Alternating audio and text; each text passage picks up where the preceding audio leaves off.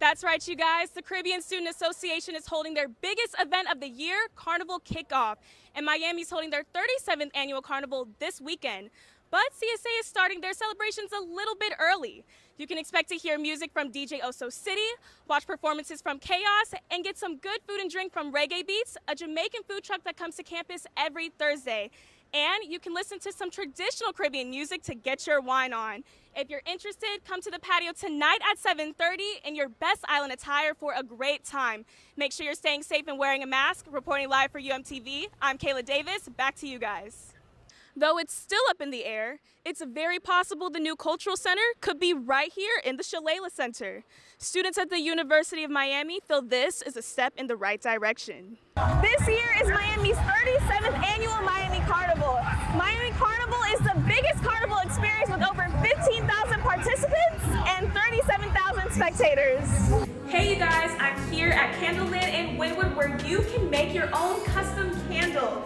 Come with me through the process and I'll show you how you can do it. The Asian American Student Association and the Chinese Student and Scholars Association are here tonight hosting their 11th annual Lunar New Year Festival to bring in the Chinese New Year. And students of all creeds and backgrounds on campus are here to learn and enjoy their culture. Thanks guys. I'm standing here on the mound where Iron Arrow Honor Society conducts its tappings for new initiates twice each year. But many students on campus feel as though the organization needs to turn their arrow in a different direction. I'm here in Coconut Grove right in front of Hype Shoe and Clothing Store.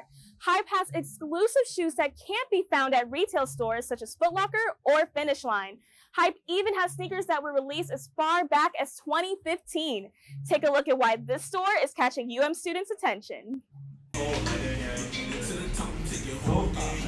19-year-old UM student and entrepreneur Marcus Scharf opened up the Hype shoe store in Coconut Grove just last month. Scharf created the Hype sneaker and clothing brand at 14 years old when he took an interest to sneakers, but could not afford them. Since then, Scharf has managed to sell over 10,000 pairs of sneakers over the last 5 years. The COVID-19 pandemic allowed Scharf to capitalize and buy a warehouse in his hometown, Philadelphia. But Hype is not just great because of the shoes they offer, but because of their philosophy. And the whole reason that we wanted to do this store here again was to cater specifically, obviously to everyone in Miami, but also to UM, because it's right around the corner, about 5 minutes away. And we wanted to cater to students, and I thought what better way to do that than also hire UM kids. And word spreads quickly. One sneakerhead at UM heard about Hype and is excited to see what they have to offer. Siani Gadden is an avid sneaker enthusiast with about 50 pairs in her collection. But Gadden had to take a step back from the hobby when she started college. Around 2019, 2020, everybody started getting into sneakers. Like sneaker culture became so popular, and so naturally the prices increased crazy. And I don't have the money for that. I don't know about anybody else, but I'm just a college student. Now resale prices are upwards of $200 to $300 more expensive, so she chooses carefully when she's ready to add another high-priced pair to her collection. But it seems like Gadden has more hope with Hype's opening. Even if I don't plan on buying anything, just to see what new releases, what they look like in person, especially now that StockX, a known popular sneaker app, has been found to sell fake sneakers a good amount of times. Knowing that a store has actual authentic sneakers, I think is better than buying online. Hype wants to be the destination store for sneakerheads here in the Coral Gables area. With the drive only 8 minutes away from the University of Miami campus and with reasonable prices, Hype may reach their goal in no time. And one employee says other students are hyped to visit the store too. Having a place like Hype nearby where students can experience that sort of higher end, cool fashion and sneaker culture has been really interesting so far. Even UM student athletes have stopped by to show support for the up-and-coming store. UM students will receive a 5% discount with a valid Cane card at checkout. Hype is expecting a restock today of 60 additional pairs of shoes. Keep a lookout for Hype on campus mid-October during Vendor Day on the Lakeside Patio.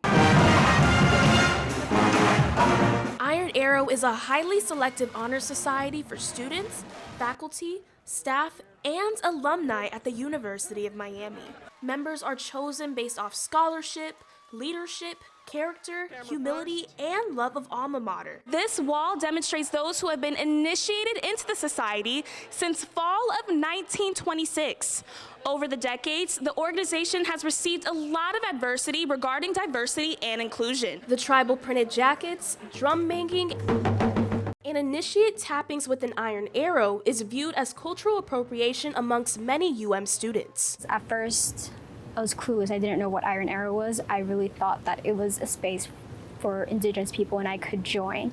And I did research, and then I realized that it was not a space for me. It was a space that basically mocked my people and me. But the organization says these practices come from university ties to the Miccosukee tribe. They are the original indigenous inhabitants of this land. We have a really close relationship with them. There's a document that was signed around 5 years ago called the Memorandum of Understanding. It was signed between the Miccosukee, Iron Arrow, and the University of Miami, saying that we all affirm each other's relationships. And Iron Arrow says the use of Miccosukee practices is a cultural exchange. Whether that is the gift of these jackets or the gift of some of their different ceremonial practices that we use properly, we respect, and we use them with the highest level of integrity to make sure that we are properly representing their culture. But Indigenous students on campus still find the society's actions disrespectful to their heritage. Last spring, campus leaders called for the creation of an alternate organization to Iron Arrow,